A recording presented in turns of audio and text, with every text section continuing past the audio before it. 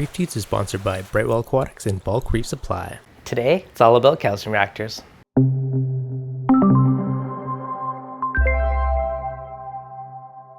What's going on, guys? Devin from ReefDudes. Now, it seems like every few months I seem to get a wave of questions about calcium reactors. Now, I've been running them for years. I am a huge fan of them. Now, I have a custom Geo's Reef one on my water box tank, which has been amazing. Been running that for the last year. And I recently started up a Cove one I got off a Facebook contest on the frag tank. So I'm running them on both my tanks now. Now, one of the most common questions I get is, at what point is it worth it? Should I do a calcium reactor? Should I do dosing? Now, a couple things come into play here. One of them is like your tank size, obviously. On a small tank, dosing a few meals a day, not a big deal. On a large tank, like my 200-gallon water box, the more coral, the more uptake means you're gonna be dosing a lot. So if I'm dosing, 50 or 100 mils a day of 2-part, that can get expensive over time. And it's kind of where you got to look at the kind of cost benefit of a calcium reactor. Calcium reactors are expensive up front. They're not the cheapest thing in the world. However, once you have them, they're very cheap to run. There's a little bit of maintenance in them, like, recalibrate your probe or maybe replace your probe every couple of years, but it's not really a big deal. On mine, I'm feeding them both with Versa pumps. And every 4 or 5 months, I'll replace the tubing on a Versa, just because it gets a lot of wear running 24/7, right? So there's a few little things for maintenance, but overall it's not bad. One of the biggest things for me though is how little maintenance it is. If you're doing a dosing container, every month you're retopping over containers, you're pre-tweaking things, like sure you can get a 5-gallon bucket and mix it for a year if you have space. Most people don't. Most people have a liter or two, maybe a gallon. And you gotta do that. You're out of town, you forget to refill it. Where a calcium reactor, you literally fill it and you don't touch it for ages. Which is one of my absolute favorite parts. If you look at this big beast, so this is a bigger custom Geo's Reef one. And it's custom, partially because I got the blue and gray to match my sump, but I also have a Vectra S2 running it. And I did that because I'm a huge fan of keeping things absolutely silent, and I know those pumps I use them for everything else, and they're ultra quiet. Now I have a certain mix of media in here. Now the bottom of the probe is roughly the middle of this logo, so you can see it's dropped about that much media in the last year. So in a year, it has literally dropped that much.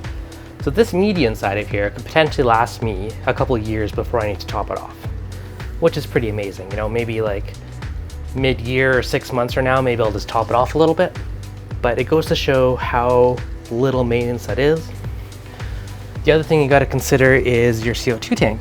Again, my tank's been up for over a year now, and I have not had to refill the CO2 tank. Like, I might take it out and weigh it and get a rough idea of how much CO2 is in there, but it is very, very little maintenance to keep it going. Now with CO2 tanks, you can't fully tell how much is left by the gauge because it basically just shows full pressure until it starts to drop.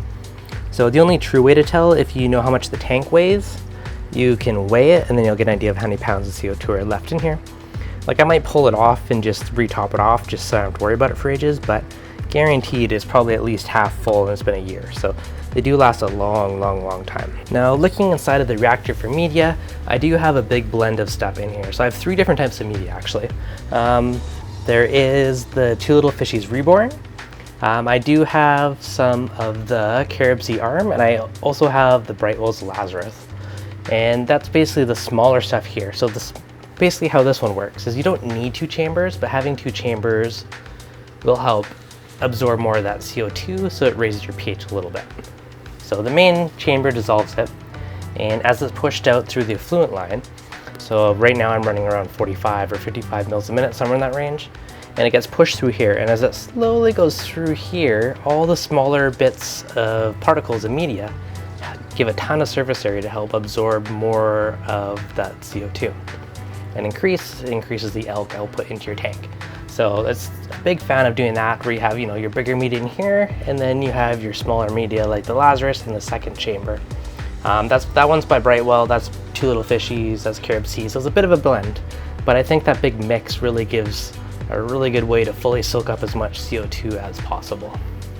Now that drips into the tank, and you got yourself a nice, happy supplementation system. Now, I am a huge fan of having a pH probe inside of the top of the calcium reactor. A little hard to see in the dark there, but what this basically does is it's hooked up to the apex and then on here on the carbon doser. So if the pH gets too high, it turns the regulator on. If it gets too low, it turns the regulator off. Basically keeps in the happy range. Now, if you have a pH probe, you do not need the carbon doser. The carbon doser is definitely nice to have. They're not cheap, they're like 400 bucks, but this is a digital regulator. So what this does is it uses a timer and a little electronic pulse to put your bubbles in. So it's as precise of a bubble count as you can possibly get. Now, if you do not have a pH probe in yours, then I would say it's definitely worth it because it's going to keep stuff super precise and in line.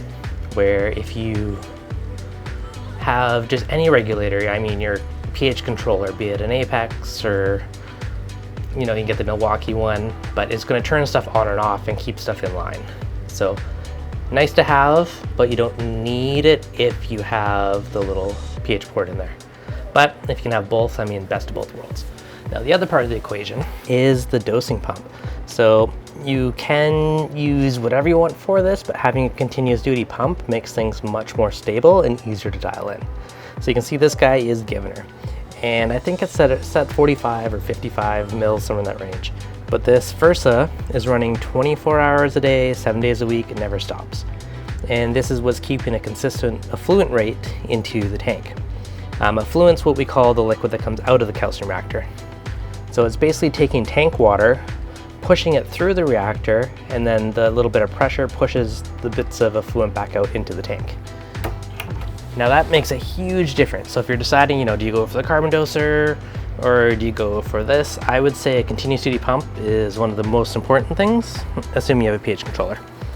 Now, the other thing I've been dabbling with, and this came from a recommendation from Chris from ACI, was to put the effluent line into the skimmer. Now it actually was in front, looks like it came out of place. I might find a little 3D printed clip or something to hold it perfectly. But having your skimmer suck in the effluent is going to run it through the bubble chamber and help off gas a lot of the effluent inside of there, which is, again, is going to help boost the pH of your system. Now, so the only one con I would say with the calcium reactor is the pH drop. So you definitely have a lower pH when dealing with that.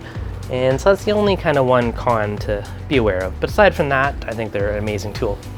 Because at the end of the day, one of the most important things for a reef tank is stability. Now, stability in calcium, alkalinity, magnesium, all that stuff is going to keep your tank happy.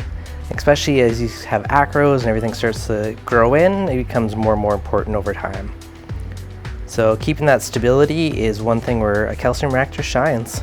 So calcium reactors seem complicated at first, but they're actually pretty darn easy. It's basically one big chamber that recirculates water, inject a little CO2 to lower the pH, and then you have your feed pump to push tank water through it, and that effluent drips out. That's all there is to it. You can add on a second chamber, which is another piece in the loop. But the core aspect of it is actually really easy, so do not be overwhelmed by it. I mean, if you have any questions that you're confused about, let me know in the comments below. But for me, the ease of maintenance, or rather the lack of maintenance, is one of the biggest things that I find amazing with the calcium reactor. The fact that it's been a year, you know, and I've only dropped a few inches worth of media. Mind you, it's 8 inches round, but still, it lasts ages. So very, very little maintenance. If I'm out of town, I don't have to worry about my reservoir running dry, or my elk, or, you know, something potentially dosing too much of it. Like, a lot of those risks are just not really there with the calcium reactor. The only potential risk that someone could have is, for whatever reason, if your CO2 reactor dumped in too much pH and it melted all your media. Now, if you have a pH controller on it, like a Milwaukee or an Apex or a GHL or Hydros or whatever, it's going to prevent that. It's going to kill power to the solenoid if your pH gets too low, and it eliminates that risk. So super duper easy. So overall, I would 100% recommend them. The Geo one's been absolutely amazing. It is a work of art, just like the sump, so super stoked about that. So far, so good with the Cove one. That seems to be keeping the frag tank in line. Now, I was only using just straight up calc for the last 6 to 8 months, but it started to be the point where I couldn't keep up, and I had to manually dose a bit of elk to bump things back up. Now with the calcium reactor and the calc on there, we're back to the happy, stable zone again. And stability is the key to success in a reef tank, so that's what we want. So when you should get a calcium reactor is a personal choice. It really depends on your budget. They're expensive up front, but they're cheap to run long term. So food for thought. Little tank, I don't think I'd bother, but if you have a big tank and stuff starts growing in and you're starting to feel like 2 parts expensive, then it's something worth considering. All right, hopefully you guys enjoyed this. Hopefully you learned something. If there's any other calcium reactor questions, let me know in the comments below, and I'll catch you guys on the next update.